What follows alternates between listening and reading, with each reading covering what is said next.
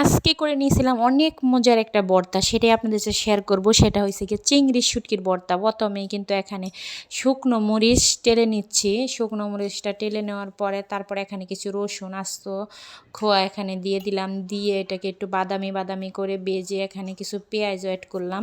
পেঁয়াজ দিয়ে এটা একদম বেশি ভাজা ভাজা করব না, একটু বাদামি বাদামি হইলে এটা নামিয়ে নিব, কারণ বেশি ভাজতে গেলে কিন্তু পুড়ে যাবে। তারপরে এখানে চিংড়ি শুটকি একদম ভালোভাবে ধুয়ে পরিষ্কার করে রেখে দিয়েছিলাম, পানি ঝরে গেছে। এখন এটা হালকা তেলের উপরে দিয়ে একটু ভেজে ভেজে নিচ্ছি, যতক্ষণ পর্যন্ত মুচমুচা মানে হালকা না হয়েছে ততক্ষণ না একদম ভালো করে ভেজে নিয়ে নিলাম। একটা শিলপাটায় দিয়ে একদম ভালোভাবে পিষে নিলাম।